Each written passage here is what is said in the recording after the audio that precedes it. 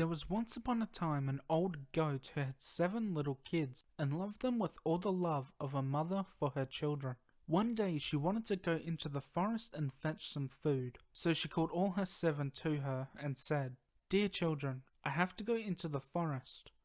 Be on your guard against the wolf. If he comes in, he will devour you all, skin, hair, and everything. The wretch often disguises himself, but you will know him at once by his rough voice and his black feet." The children said, "Dear mother, we will take good care of ourselves. You may go away without any anxiety." Then the old one bleated and went on her way with an easy mind. It was not long before someone knocked at the house door and called, "Open the door, dear children, your mother is here, and has brought something back with her for each of you." But the little ones knew that it was the wolf by the rough voice. "We will not open the door," cried they. "You are not our mother. She has a soft, pleasant voice, but your voice is rough. You are the wolf." Then the wolf went away to a shopkeeper and brought himself a great lump of chalk, ate this, and made his voice soft with it. Then he came back, knocked at the door of the house, and called upon the door, "Dear children, your mother is here and has brought something back with her for each of you." But the wolf had laid his black paws against the window, and the children saw them and cried, "We will not open the door. Our mother has not black feet like you. You are the wolf." Then the wolf ran to the baker and said, "I have hurt my feet. Rub some dough over them for me." And when the baker had rubbed his feet over, he ran to the miller and said, "Strew some white meal over my feet for me."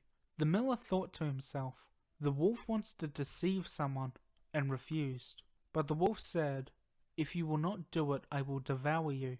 Then the miller was afraid and made his paws white for him. Truly, this was the way of mankind. So now the wretch went for the 3rd time to the house door, knocked at it and said, "Open the door for me, children. Your dear little mother has come home and has brought every one of you something back from the forest with her." The little children cried, "First show us your paws, that we may know if you are our real mother."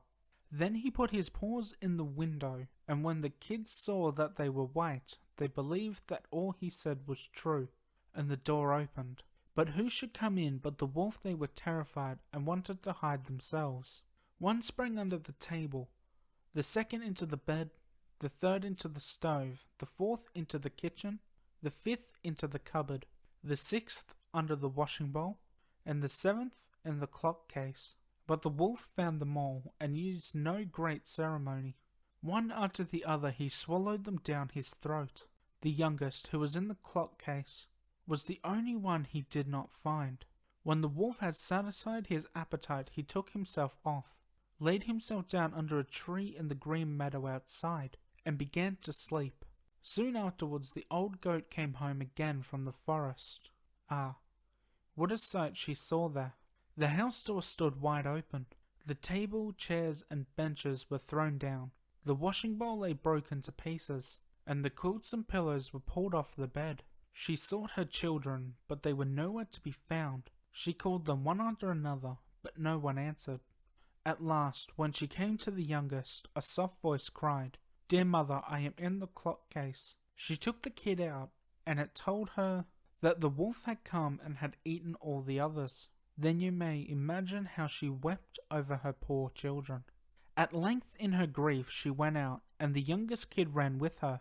When they came to the meadow, there lay the wolf by the tree, and snored so loud that the branches shook. She looked at him on every side, and saw that something was moving and struggling in his gorged belly. "Ah, heaven," she said, "is it possible that my poor children, whom he has swallowed down for his supper, can still be alive?" Then the kid had to run home and fetch scissors and a needle and thread, and the goat cut open the monster's stomach. And hardly had she make one cut, than one little kid thrust its head out, and when she cut further, all 6 sprung out after another, and were all still alive, and had suffered no injury whatsoever, for in his greediness the monster had swallowed them down whole. What rejoicing there was! They embraced their dear mother and jumped like a sailor at his wedding. The mother, however, said, Now go and look for some big stones, and we will fill the wicked beast's stomach with them, while he is still asleep." Then the 7 kids dragged the stones thither with all speed, and put as many of them into his stomach as they could get in. And the mother sewed him up again, in the greatest haste, so that he was not aware of anything, and never once stirred. While the wolf at length had had his fill of sleep, he got on his legs, and as the stones in his stomach made him thirsty, he wanted to go to a well to drink. But when he began to walk and move about, the stones in his stomach knocked against each other and rattled. Then he cried, "What rumbles and tumbles against my poor bones? I thought 'twas 6 kids, but it feels like big stones." And when he got to the well and stopped over the water to drink, the heavy stones made him fall in, and he had to drown miserably. When the 7 kids saw that, they came running to the spot and cried aloud, "The wolf is dead! The wolf is dead!" and danced for joy round about the well with their mother.